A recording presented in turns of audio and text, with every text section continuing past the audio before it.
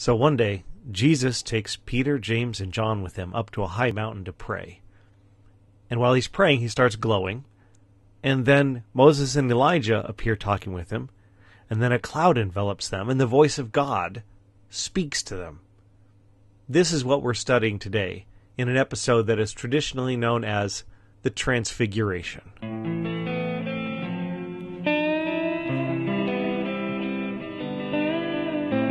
This is Dig Deeper, a podcast and video Bible study with Pastor John Rallison from Journey of Life Lutheran Church in Orlando, Florida.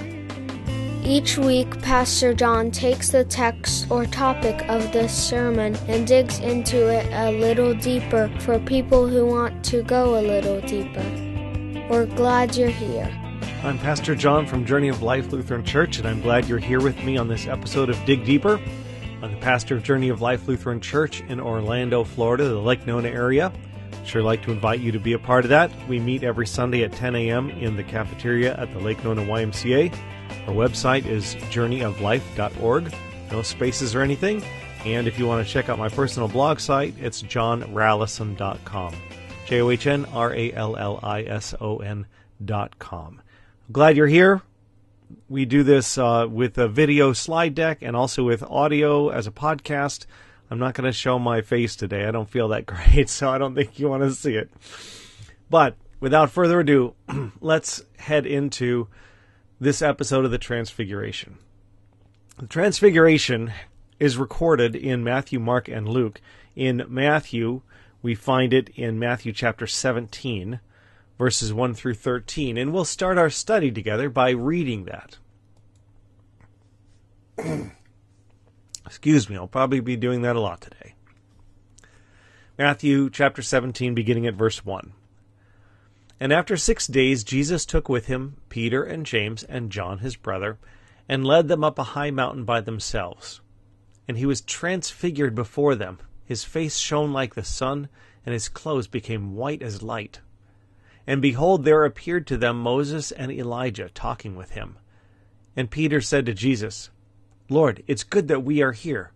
If you wish, I will make 3 tents here, one for you, and one for Moses, and one for Elijah. He was still speaking, when behold, a bright cloud overshadowed them. And a voice from the cloud said, This is my beloved Son, with whom I am well pleased. Listen to him. When the disciples heard this, they fell on their faces and were terrified. But Jesus came and touched them, saying, Rise, and have no fear. And when they lifted up their eyes, they saw no one but Jesus only. And as they were coming down the mountain, Jesus commanded them, Tell no one the vision until the Son of Man is raised from the dead. And the disciples asked him, Then why do the scribes say that Elijah must come first? Jesus answered, Elijah does come, and he will restore all things. But I tell you, Elijah has already come. And they did not recognize him, but did to him whatsoever they pleased. So also the Son of Man will certainly suffer at their hands. Then the disciples understood that Jesus was speaking to them of John the Baptist. So, that's the episode we are dealing with. And to start with, we're going to go back 400 years into the Old Testament. In fact, we're going to look at the very last verses in the entire Old Testament. They are from the prophet Malachi, chapter 4, verses 4 through 6. And they talk of Moses, and then also this thing about Elijah. And we're going to hit this verse again later, but I want to do this by way of context. This is Malachi chapter 4, verses 4 through 6. Remember the law of my servant Moses, the statutes and rules that I commanded him at Horeb for all Israel. Behold, I will send you Elijah, the prophet, before the great and awesome day of the Lord comes. And he will turn the hearts of fathers to their children, and the hearts of children to their fathers, lest I come and strike the land with a decree of utter destruction. So, this refers to a couple things that I just wanted to throw into the hopper right at the beginning here. We have Moses and Elijah, the two people that appear on the mountain with Jesus talking, and it's also on a mountain, and it also says he's going to come before the great and awesome day of the Lord, which we would say turns out to be the crucifixion and resurrection of Jesus, because that's when the victory is won, the victory over death. So, moving along here, I also want to point out Peter refers to this exact incident when he's talking to, when he's writing, to people about his proclamation of who Jesus is and what Jesus has done. Here's what he writes. It's in 2 Peter chapter 1, verses 16 through 18. For we did not follow cleverly devised myths when we made known to you the power and coming of our Lord Jesus Christ, but we were eyewitnesses of his majesty. For when he received honor and glory from God the Father, and the voice was borne to him by the majestic glory, "This is my beloved Son, with whom I am well pleased," we ourselves heard this very voice borne from heaven, for we were with him on the holy mountain. So this is an important little thing here, because by the time Peter's second letter is written, people are obviously already talking about Jesus as something made up. And Peter already has to combat this. He says, we didn't follow cleverly devised myths. We were there and we saw. And so when you're wondering about these things, remember, we have eyewitness testimony to what happened with Jesus.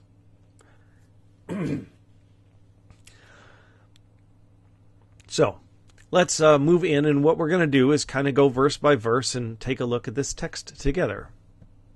Here we go. Verse 1. After 6 days, Jesus took with him Peter and James and John his brother, and led them up a high mountain by themselves. So as we read through this, one of the things we notice is that it says after 6 days, and we might ask ourselves, well, why 6 days? Does that mean something? Now it turns out that in one of the references, Luke excuse me. I'm going to have to start using the cough button on my microphone.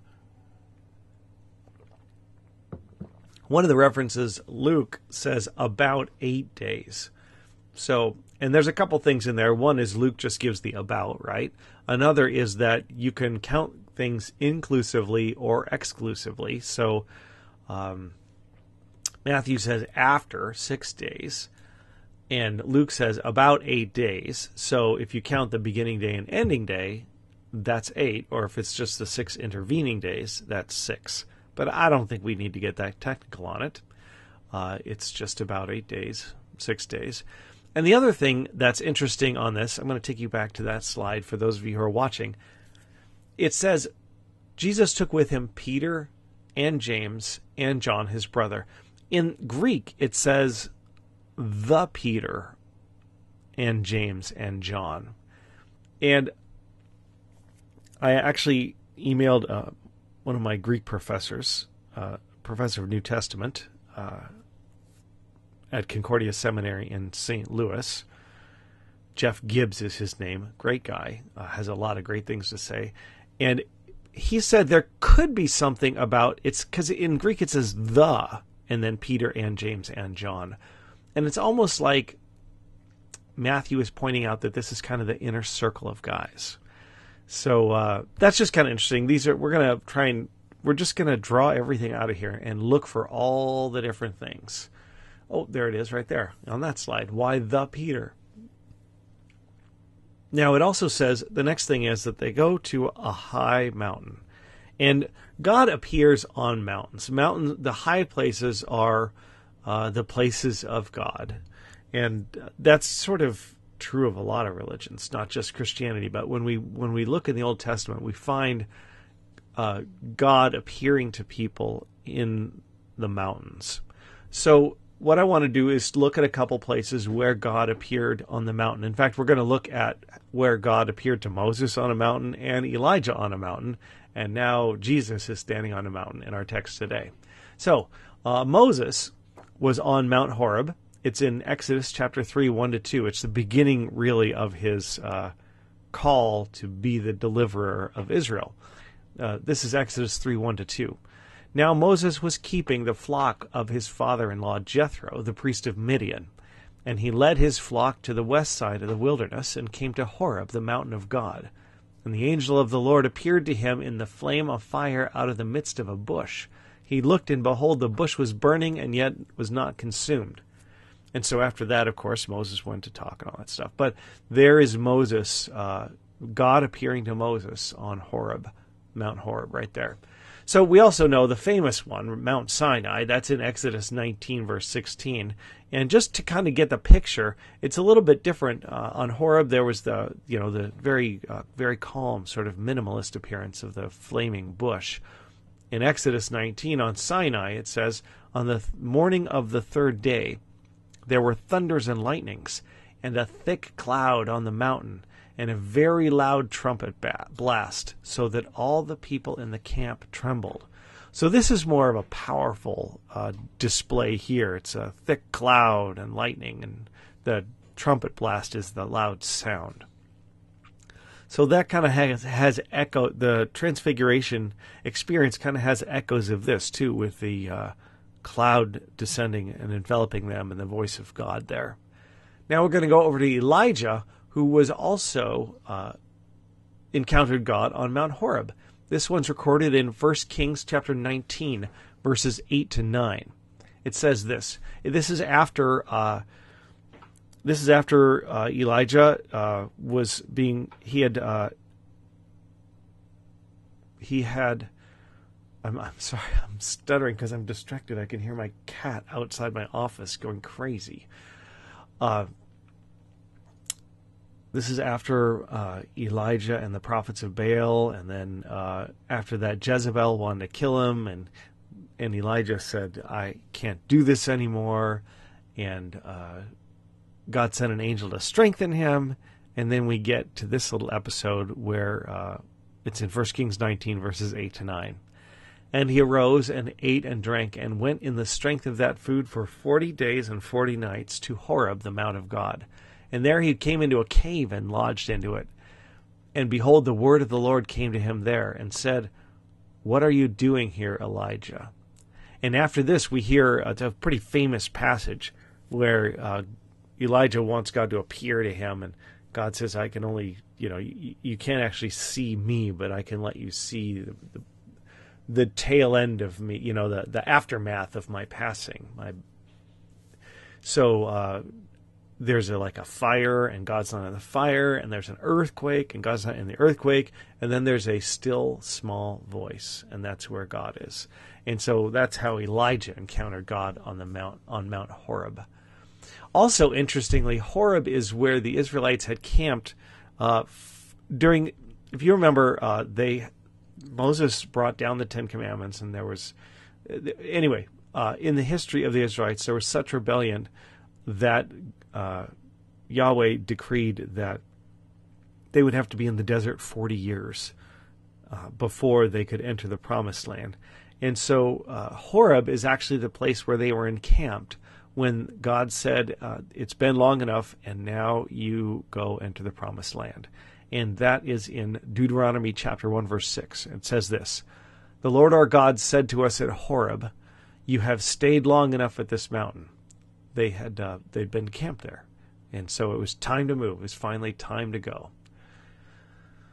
Also, just to round out the mountain picture, Satan took Jesus to a high mountain during his temptation. This is Matthew chapter 4, verses 8-10. Again, the devil took him to a very high mountain and showed him all the kingdoms of the world and their glory, and said to him, All these I will give you if you will fall down and worship me. And then Jesus said to him, Begone, Satan, for it is written, You shall worship the Lord your God, and him only shall you serve. So the mountains, God had spoken with both Elijah on mountains before, and it just kind of makes one wonder if this meeting on the high mountain of the Transfiguration isn't perhaps the second time that Moses and Elijah had each met with Jesus, the incarnate Son of God, and before it would have been the pre-incarnate Son of God. But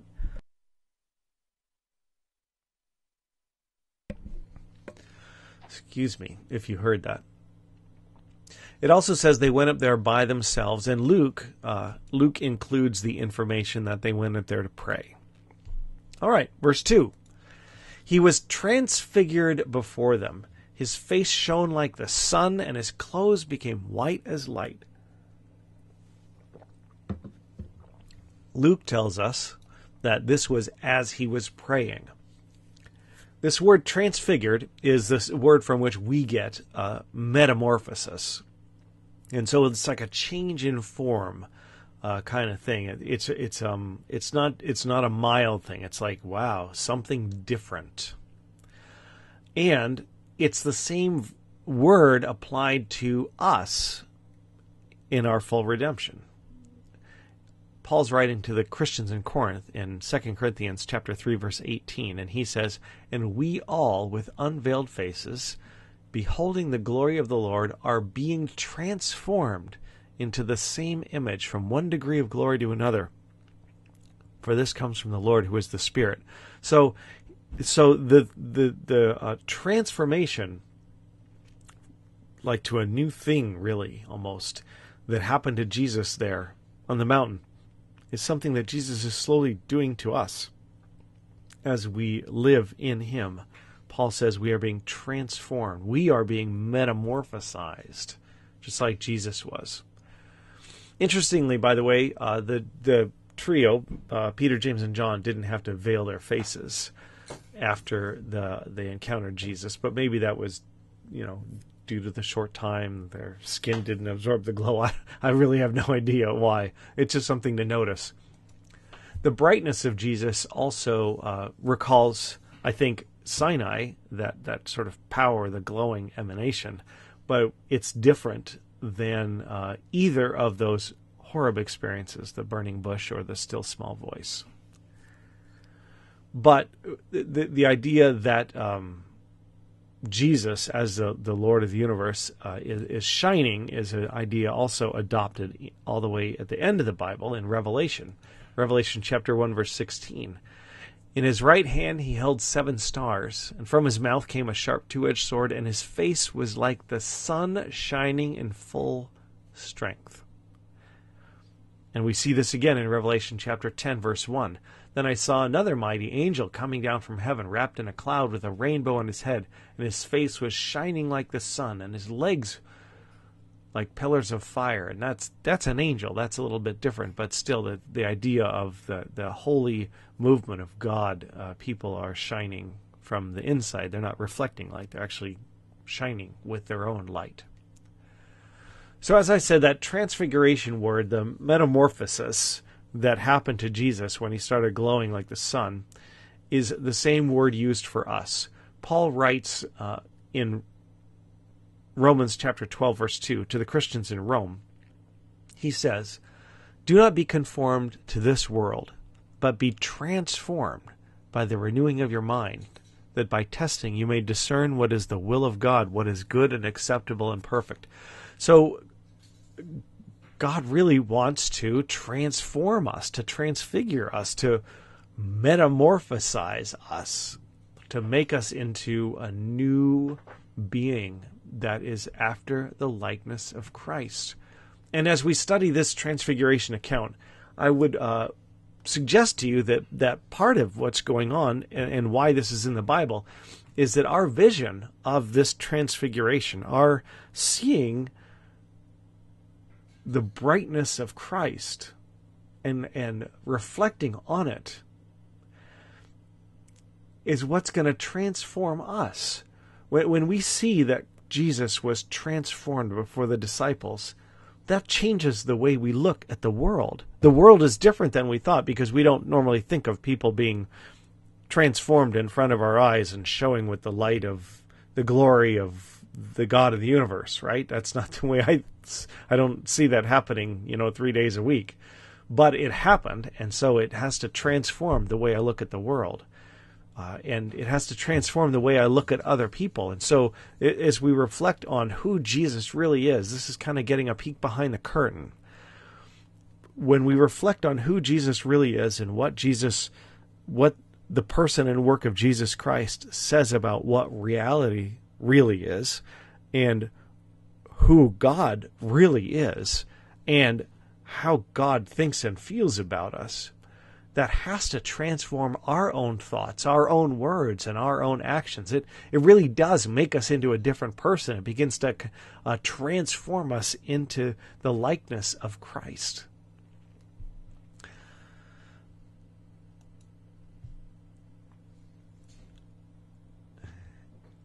And just about Jesus' clothing being white, the idea of that shining, that's a heavenly kind of thing of perfection and purity. Psalm 104 verses 1 to 2 says, "Bless the Lord, O my soul. O Lord my God, you are very great. You are clothed with splendor and majesty, covering yourself with light as with a garment, stretching out the heavens like a tent."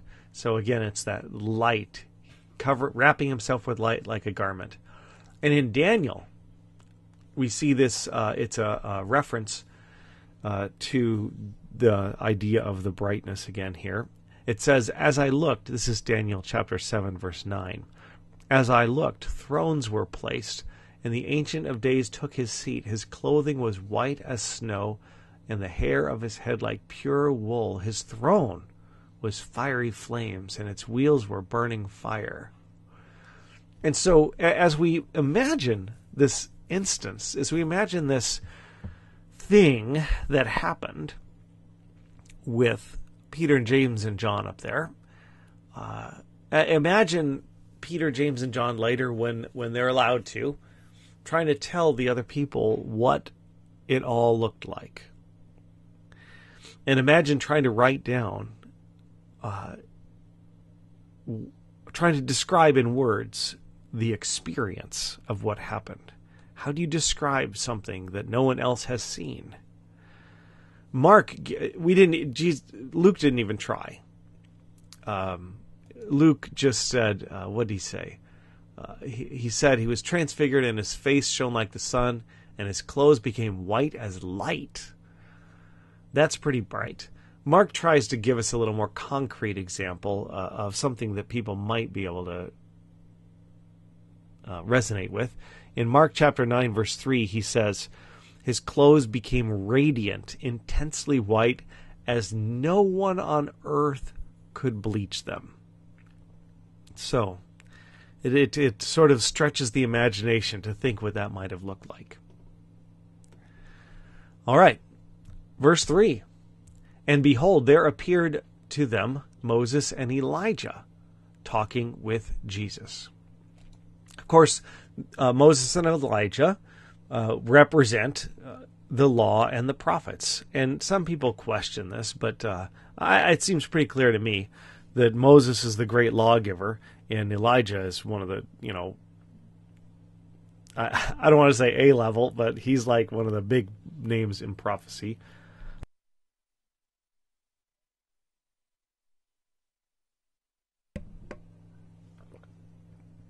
Excuse me, I hope you didn't hear that cough. Woo! Hopefully this tickle will be done before next week. So the thing I wonder is if this is not the same, if they don't actually, at this point, because they have gone to be in the heavenly realms already, they are now talking with Jesus again, the same person they talked with for Moses at the burning bush and Elijah, the still small voice outside the cave. And also interesting to note that it's only Jesus that's shining. So it's Jesus that was transfigured before them, and his robes were whiter than anybody could bleach them, right? So, okay, so picture the scene. There's Jesus begins to radiate, and Moses and Elijah are with them. But that kind of begs another little question. How did Peter, James, and John know that these two were Moses and Elijah? Does Jesus tell them later? In the course of their conversation, does Jesus address them by name? Like, hey, Moses, that's just what you were talking about that I'm about to do or whatever. I don't know how that would go. Or did they just know? I'm of the opinion they just knew. Because I think there's a lot of limitations to our current existence. Our limitations on not just the ability of our brain to hold a certain amount of knowledge, but I think even the limitations of our perceptions, I think are going to explode, and that's why I think part of our heavenly existence is not really describable, because we can't imagine what it's like to know things without learning them first. So if they did just know, if they just knew that was Moses and Elijah, how did they know? They don't even know how they know. I think that might tell us something, if we embrace that speculation, something about our eternal life when we shed the broken and limited bodies that we inhabit now. And I like to think that, although for me there's a lot of joy in discovery and learning, and if we know everything already, I'm not sure how that works out. But anyway, it's just interesting. You could think about it too. How did he know they were Moses and Elijah? All right, so what were they talking about? Matthew doesn't tell us, but Luke does tell us. He says they were speaking of Jesus' departure. It's in Luke chapter 9, verses 30 to 31. It says, "And behold, two men were talking with him, Moses and Elijah, who appeared in glory." Okay, so maybe they were glowing too, based on Luke's account. "And spoke of his departure, which he was about to accomplish at Jerusalem." So look at that. The phrasing here is very interesting. Jesus' departure, which he was about to accomplish. So his departure was really his job. It's the thing he came to do, to die and rise again. All the miracles and everything else, these were signs. John calls them signs specifically. They were signs. They were the spilling over of our eternal redemption into our mortal life as the Son of Man, the Son of God, walked the earth, and his power, and people encountered his power in faith.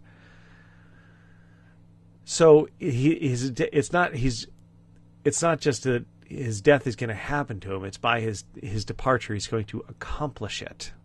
And I think that's really an important perspective, to hear Moses and Elijah talking about what he's going to accomplish, because they're the ones, they, among many others, wrote about in different ways the Messiah and what the Messiah would do and accomplish for his people.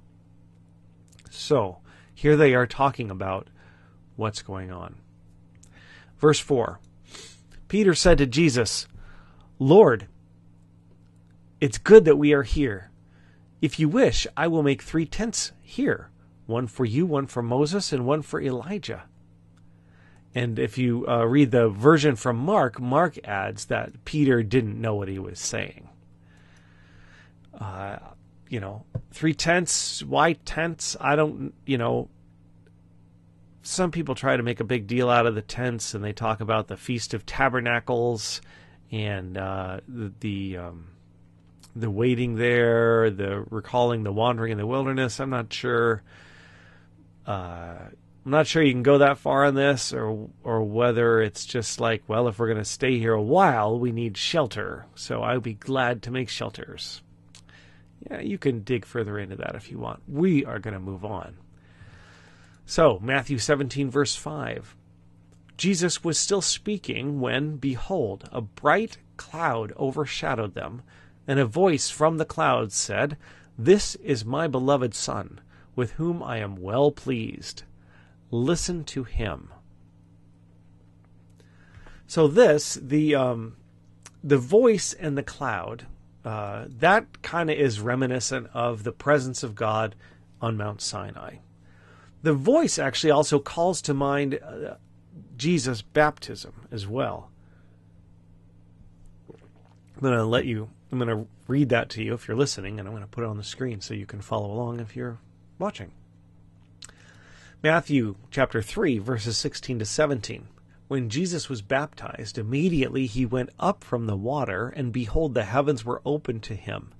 And he saw the Spirit of God descending like a dove, and coming to rest on him. And behold, a voice from heaven said, "This is my beloved Son, with whom I am well pleased." Did you notice the difference between the two? There is a difference. On the Transfiguration Mount, it says, "This is my beloved Son with whom I am well pleased. Listen to him." At the baptism, it just says, "This is my beloved Son with whom I am well pleased."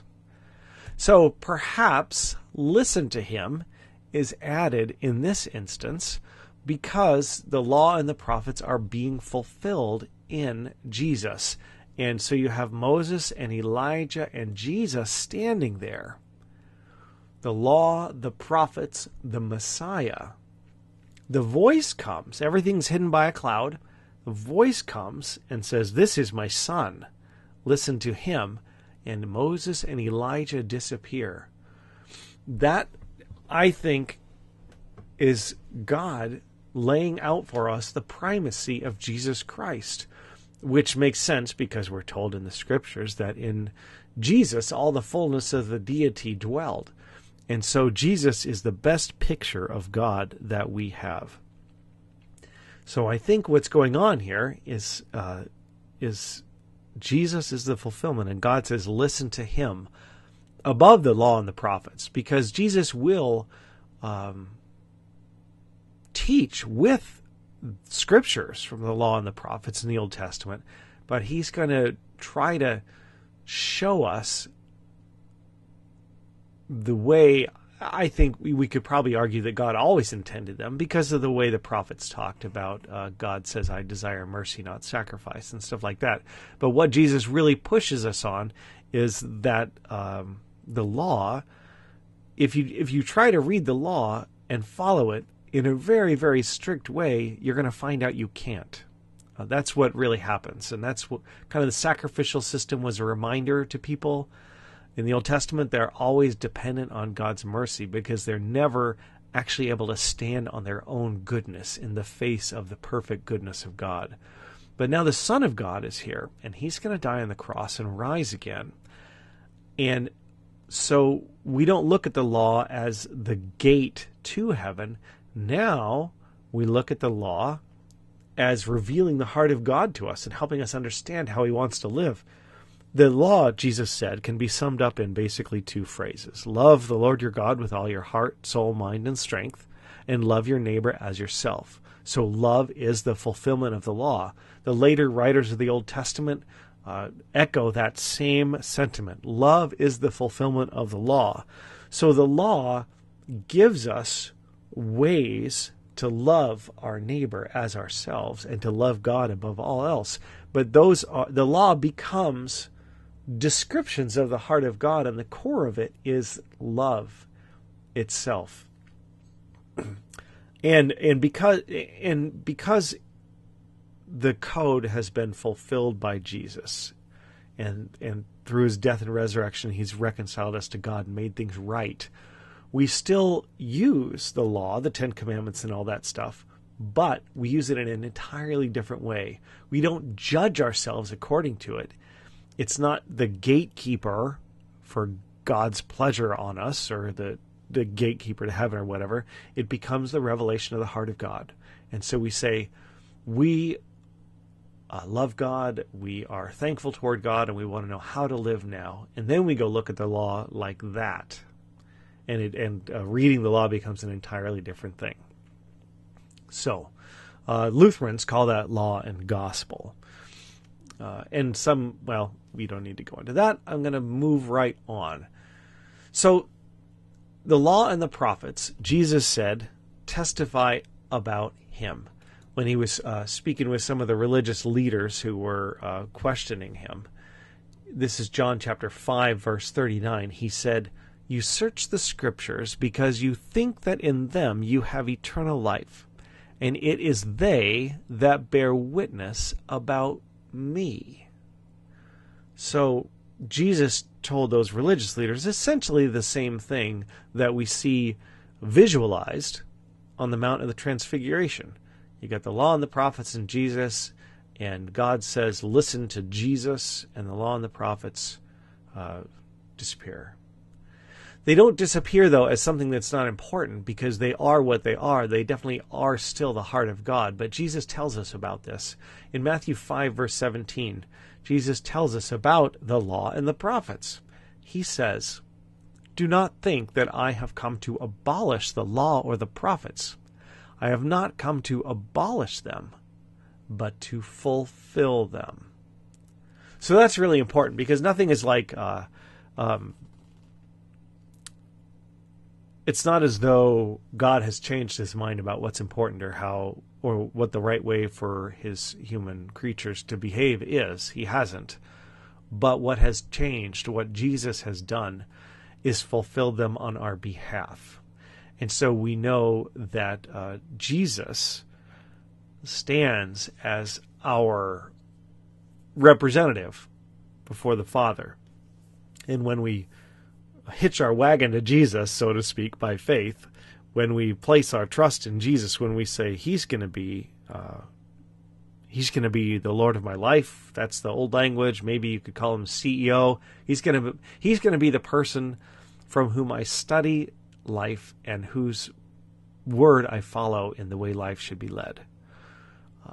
When we dedicate our lives and our loyalty to Jesus, we become part of Jesus. We become his body. That's what he says. And as part of Jesus, through Jesus, the law is fulfilled for us. And so that's how we enter the kingdom of heaven. Moving along, Matthew chapter 17, verse 6. When the disciples heard this, that's the voice from the cloud, they fell on their faces and were terrified, which I think is a perfectly reasonable reaction to a glowing 1 to 3 people standing on a mountaintop enveloped by a cloud and hearing the voice of God speak. I'm totally down with the disciples on this. What happens next? It's a beautiful moment. Verse 7, Jesus came and touched them, saying, "Rise and have no fear."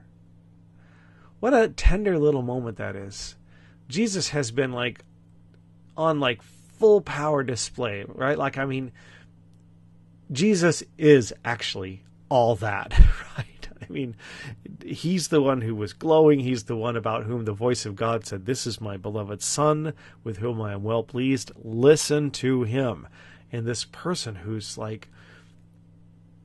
master of the universe power has been on display, sees Peter, James, and John on the ground in fear, and he doesn't just say, "Get up." He doesn't just say, "Don't worry about it." He walks over and he touches them. Touch is one of those basic needs of human beings. And it's just totally aside, and you may or may not be comfortable with this, but one of the things that people who are, especially people who are homeless, lack and don't get near enough of is human touch. And so when you are giving, if you give a handout or whatever, our church, we package bags and give them to people to keep in their car to give to homeless people who are, looking for food and stuff. If you could find a way to shake their hand or give them a pat on the shoulder or, a fist bump or anyway, just some way that you can actually make physical contact with them, that's going to mean, and I don't even know if they will notice that it means a lot to them at the moment, but physical contact is really important. And so if you could find in yourself to give them a handshake or a pat or even a hug, that can mean a lot and go a long way in terms of joy for a homeless person. So I would sure encourage that to you, and maybe take this as your example. Imagine Jesus, all this happens, and there's the disciples down on the ground, face down, afraid for their lives, because the presence of God is there. And the cloud goes away, Elijah and Moses go away, and Jesus walks over and touches them to tell them, rise and have no fear. What a tender gesture of love and friendship that is. And I think that's a really beautiful moment. So, verse 8, when they lifted up their eyes, they saw no one but Jesus only. And it's just interesting the way Matthew phrases this, and I didn't get a chance to go look at the other gospel writers, but I'm pretty sure they probably phrase it the same way. It's in Greek, it's really emphatic. It's like there was nobody there but just Jesus himself, like that. And so all the other stuff is gone, but Jesus is still there with them. And all the terrifying things of glowing people in clouds and disembodied voices of God are gone. And Jesus is still there. And he has walked up and touched them and said, rise and have no fear. Verse 9, we're getting to the end. As they were coming down the mountain, Jesus commanded them, tell no one the vision until the Son of Man is raised from the dead. Now that's interesting. And we have this, Jesus says this many times, telling people not to say anything. And there's a couple times where he'll heal somebody and he says, don't tell anybody, and the person runs off and tells everybody. And some commentators say, well, Jesus is using reverse psychology on them or something. But you tell them not to do something knowing they'll go do it. I really just don't buy that at all. I think that Jesus is trying to not make a big deal. I mean, he's going to be compassionate, and he is going to heal people as they encounter him in faith, but he's trying to keep a low profile, because he says several times that the reason he came was to die and give his life as a ransom, and then he would be raised from the dead. And so here he says, tell no one the vision until the Son of Man is raised from the dead. And I'll tell you, Jesus' idea of trying not to make a big deal out of the power stuff, I think, is borne out. In John 6, we read, following the feeding of the 5,000, here's what happened. In John 6, verse 15, it says this, perceiving, then, that they were about to come and take him by force to make him king, Jesus withdrew again to the mountain by himself. So, the land of Israel is an occupied territory. The Romans have conquered it, and it's been decades since they conquered it, but not millennia. And so they've the people in Israel know the thoughts of what it's like to be a free, independent, self-governing land. But the Israelites, the Romans are there, and they got, picture the Roman soldiers are walking down the streets. They obviously have all the power, and then here comes Jesus, and he's displaying power. And there were many people who led minor rebellions trying to throw the Romans off, and the Romans, one by one, dealt with them. So Jesus concerned that in a display of power, people might be moved to kind of grab him and say, you will be our king, and, make him king by force, is not entirely unjustified. Verse 10, and the disciples asked him, why then do the scribes say that Elijah must come first? And now we're going to go back to that prophecy from Malachi, and we're going to learn a couple of other things about prophecy and our life as Christians. Jesus referred to himself as the Son of Man, which comes from that prophecy. We read that, I think, from Daniel 7. There's a prophecy that says one like a son of man approached the Ancient of Days and was given all power and authority and whatever. So when Jesus adopts for himself the title Son of Man, that is a messianic title that has to do with the one who is given ultimate authority over the universe by the Father. So they ask, if you are the Son of... This is basically what they're saying. So if you are the Son of Man, then where is Elijah? Why does it say Elijah is going to precede the Son of Man? And the answer is, the reason they were saying that is from this verse from Malachi that we read before. Malachi chapter 4, verses 5 to 6. Behold, I will send you Elijah the prophet before the great and awesome day of the Lord comes, and he will turn the hearts of the fathers to their children, etc. Jesus answers them. He says this. This is verse 11 through 13 of Matthew chapter 17.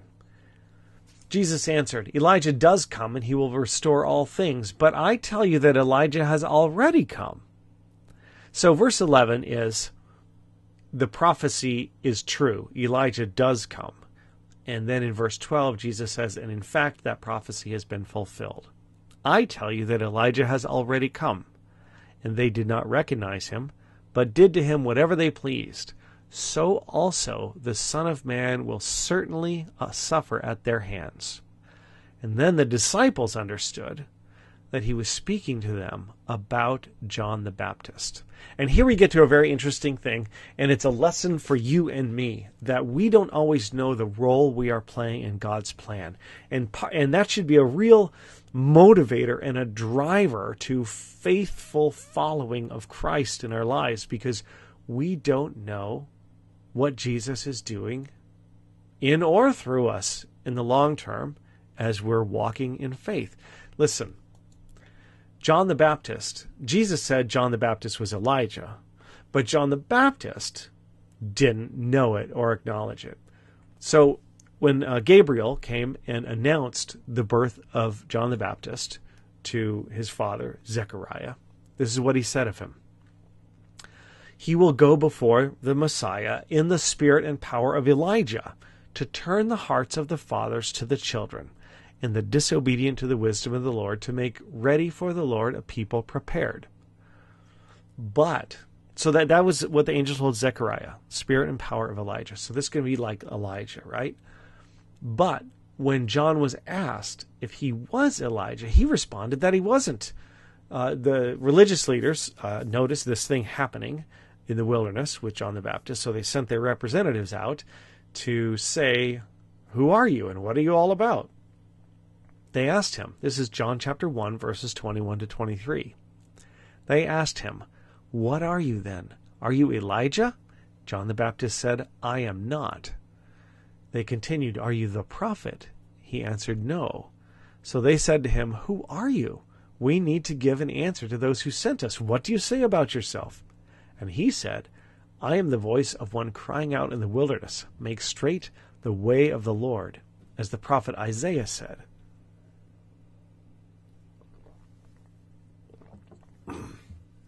So, John the Baptist only knows his own call from God, which referenced the prophet Isaiah.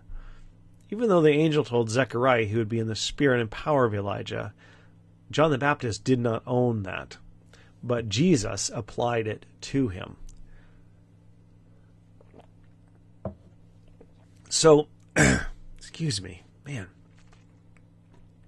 So what that tells me is that God has work for you to do, and that he is working in and through you, and you don't necessarily know what it is. And, you know, it may even be that Zechariah might have told John about the angelic vision, and maybe John was like, yeah, but I'm not Elijah, you know, partly because John didn't do some of the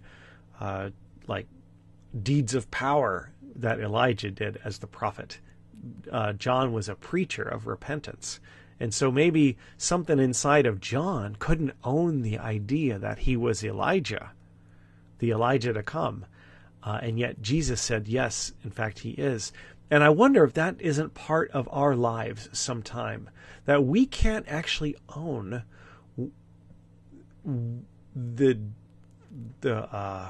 the power and call of our lives that God has on it. And our ideas of who we are and what we're about are much smaller than God's idea of who we are and what we're about. So I just think that's really interesting, and it's worth thinking about for ourselves. Now, Jesus owned the idea of the Son of Man, but he also talked about his suffering. And in the Old Testament, there's kind of two messianic threads. One is the idea of the conquering king who will restore Israel. And there is also the idea of the suffering servant, like from Psalm 22. And so Jesus fulfills both of these threads, which seemed almost, doesn't that, if you were given those two threads without knowing about Jesus, what you'd probably be trying to do is figure out which one it is. Which Messiah should we expect? This sort of suffering, like lamb to the slaughter person?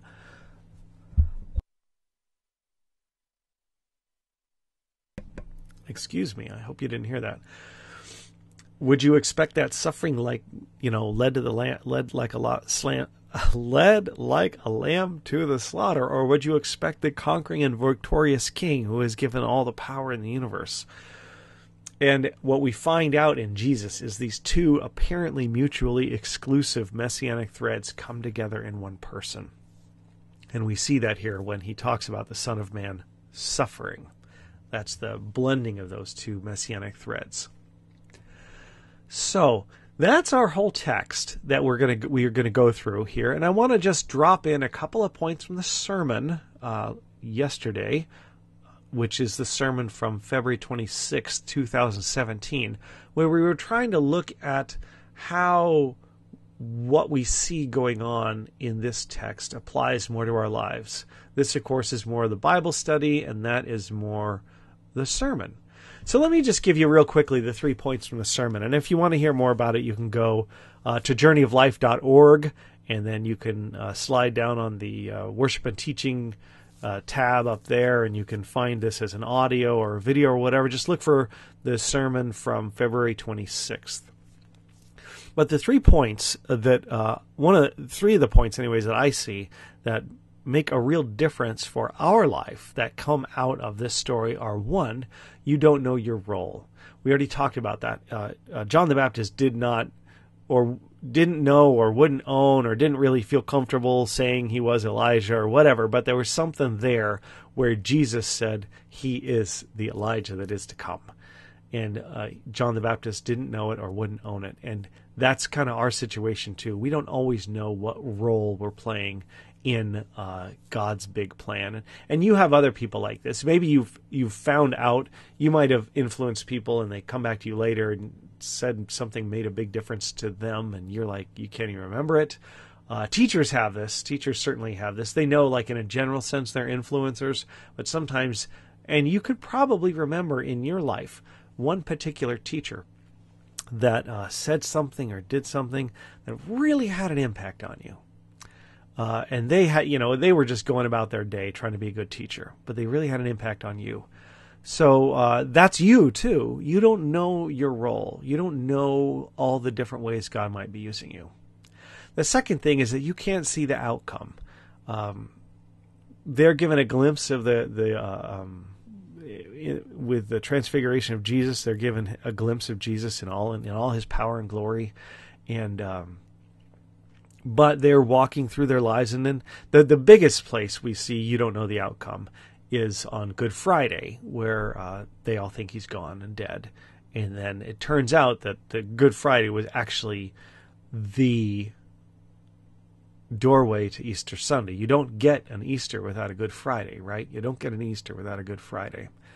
And so when you are struggling, maybe, for instance, with your life, or even when you're just going about your life, or whatever, whatever's going on with you, just remember, as you're deciding about what the faithful to Christ options are for your thoughts, words, and deeds, that you can't see the outcome. And it's your faithfulness in the moment that is going to move it toward the outcomes that God has designed and planned for you. You don't know your role, you don't know the outcome, and you don't really know everything about Jesus. That's the third thing. The disciples, they are continually rediscovering who Jesus is. You know, he does one thing and they're like, holy cow, who is this? And then he does something else and they're like, you know, awestruck again. Wow, really? Who is this now? The wind and the sea even obey him. And then he like appears on the mountaintop with Moses and Elijah and all this stuff.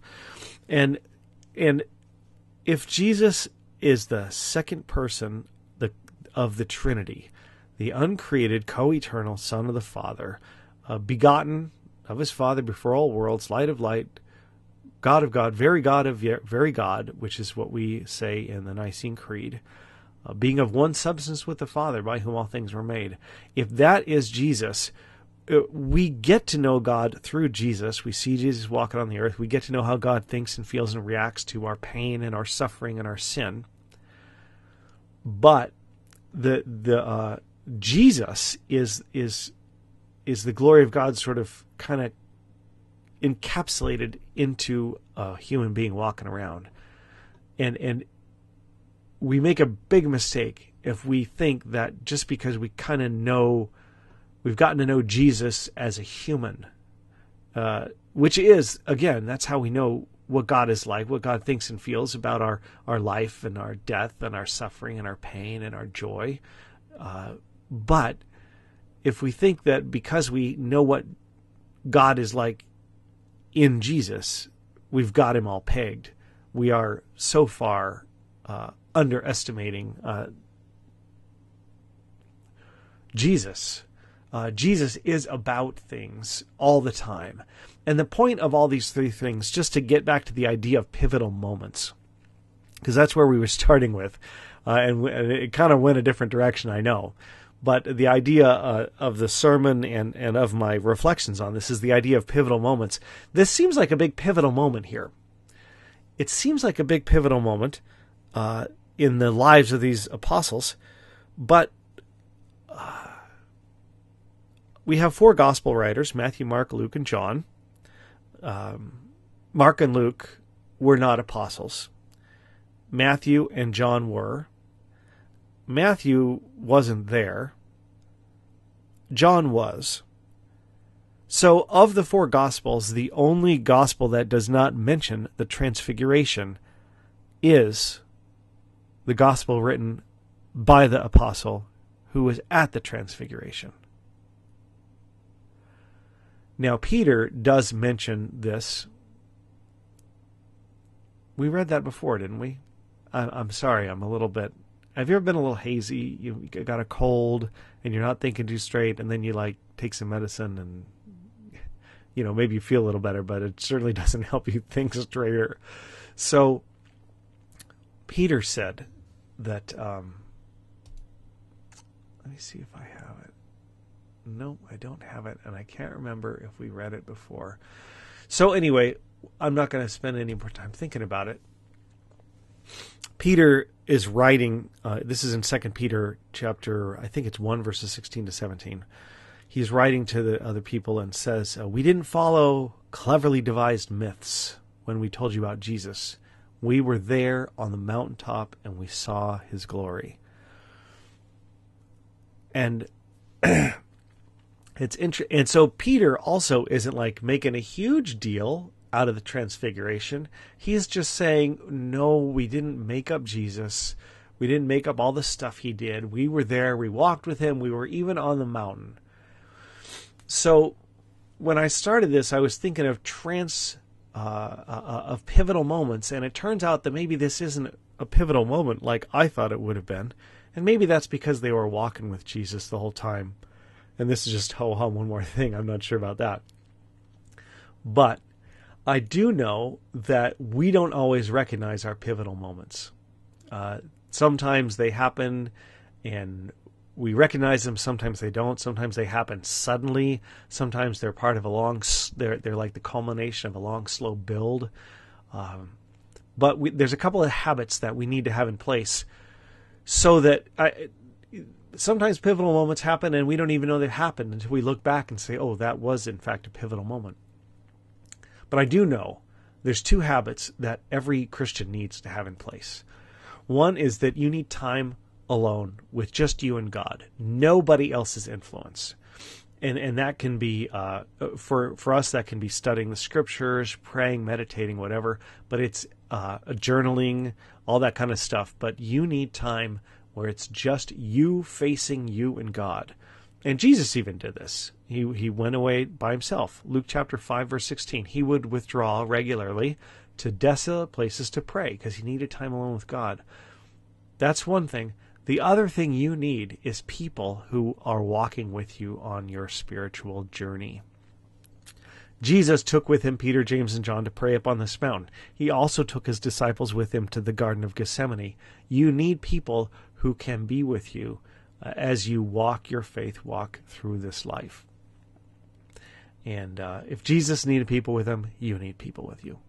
So, let me give you 3 points to ponder as we close off here. Now we're right at 1 hour. That's a good length for a Bible study. Here's a point to ask yourself. Do I live with awareness that God is working in and through me? Because that's going to change. You know, if you can keep the transfiguration of Jesus in front of you and as one of the things that you keep in your consciousness, it's going to remind you that there's more going on that you know, and that you might be participating in a pivotal moment in your life or in someone else's life right now and not even know it. And so are you just aware, are you profoundly aware of God working in and through you, even now? The second thing is, do you have a habit of distraction-free time during which God can deal with you? And let me make it real concrete. Do you have a habit where at least 4 days a week you spend at least a few minutes with just you and God, whether it's prayer, reading the Bible, meditation, journaling, whatever? Do you have a time where it's just you with yourself and God? And then the flip side of that, the other piece of that is, do you have some others who are walking your faith walk with you? And I'll phrase that in a very practical, concrete way also. When was the last time you talked about issues of your faith with another human being? That's an important thing. So that's where we're at. Pivotal moments, sometimes you know them, sometimes you don't. Be aware that any moment might be pivotal. But live like you're moving from pivotal moment to pivotal moment with awareness of God's presence in your life, with taking moments to taking time regularly during which God can deal with you, and then don't do it alone either. So, I want to thank you for being with me here. If this was a good thing for you, I really want to encourage you to like it, to share it. I mean, I don't know whether you saw it on Facebook or YouTube or whatever the means of social sharing is from wherever you're watching this or listening to it. I really want to encourage you to pass it on. Our website is journeyoflife.org. And if you're watching this, I will want to especially tell you that you can get audio versions of this. You can download them individually, or you can, if you are a podcasting type, there's an RSS feed there for you. Go to journeyoflife.org/audio to get that feed, and you can also just get through it, the menus on journeyoflife.org. Facebook is JOL Orlando. Twitter is @JOL Orlando. Our YouTube channel is JOL Church, and on that YouTube channel we've got several playlists. There's a playlist for the sermons, for the whole worship services, if that's something that might be good for you. If you don't get a chance to go to church, you want to walk through and just participate in an entire worship service, we post the entire recording.